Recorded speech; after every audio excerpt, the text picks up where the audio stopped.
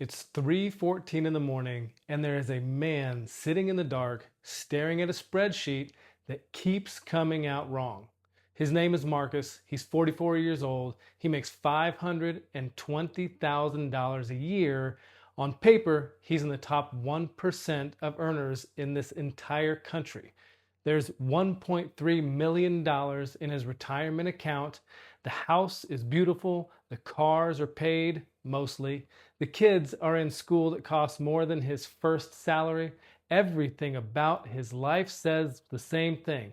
This man made it. And right now at 3:14 in the morning, he's running the same math for the ninth time because the mortgage auto drafts in 18 days, tuition is due in 14 days, and there's $11,000 in his checking account.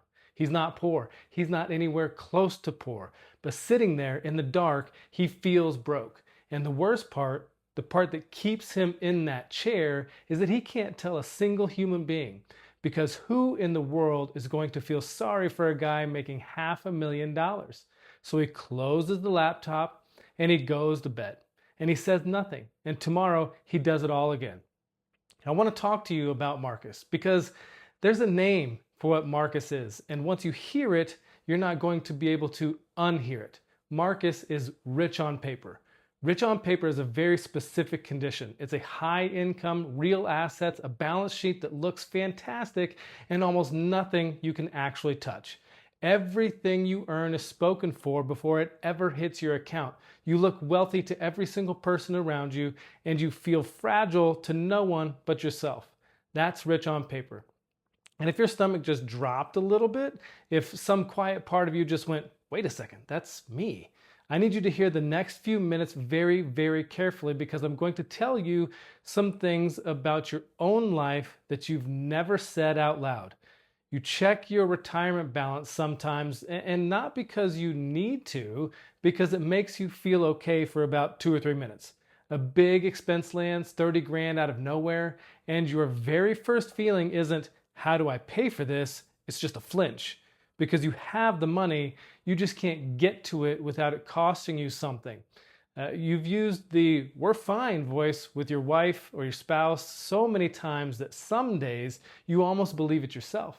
You've started typing something into Google late at night, something like, why do I feel broke when I make this much? And then you closed the tab and you told yourself that you'd figure it out later. Every raise that you've ever gotten just disappeared. And you couldn't even tell me where it went. The number went up, the feeling never changed. Let me say something to you plainly. None of that is in your head, and none of it is a willpower problem. You are not bad with money. You are a smart, high-earning, high-functioning adult who feels financially fragile, and that exact combination is so specific that it cannot be an accident. Nobody feels this way by accident. This was designed. So here's the thing that nobody ever told you. You didn't fail the plan, you followed the plan perfectly. The plan failed you. You did everything that they told you to do. Max out the 401k, buy term insurance and invest the rest. Wait 30 years and look. That's not an evil advice. It's not even wrong, exactly. It's just incomplete. It was built for an average earner trying to limp towards retirement. And it does one thing it never warned you about. It takes every dollar that you earn and it locks it somewhere that you cannot reach until you're almost 60 years old. If you do that perfectly at your income and you build exactly what Marcus built, a fortress with no doors. So let me take something off your shoulders right now. You don't have a discipline problem. You have a design problem.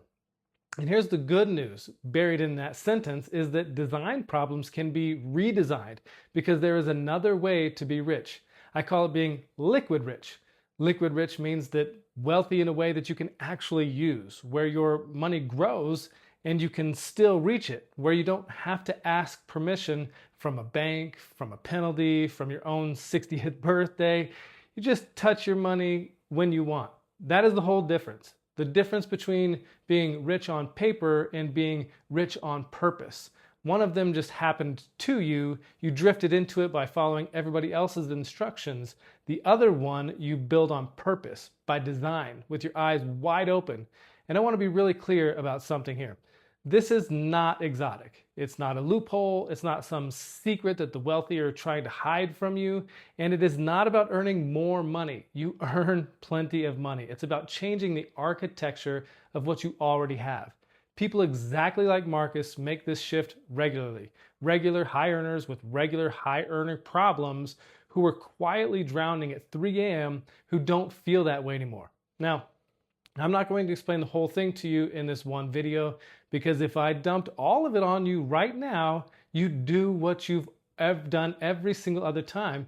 You'd feel overwhelmed. You'd tell yourself you'll get to it later, and then you would just close the tab. I'm not going to do that to you. What I'm going to do over the next few videos is walk you through exactly how Marcus stopped being rich on paper, step by step in plain English with nothing for sale. If you're the kind of person who would rather just actually understand something before anyone ever tries to sell it to you, then you're my kind of person. So stick around. And Marcus, if you're out there right now at 3 a.m. with a spreadsheet that keeps coming out wrong, I want you to hear this. You are not broke. You are not alone, and it is not your fault. You're just rich, on the wrong kind of rich. And over the next little while, you and I are going to fix the kind. I'll see you in the next one.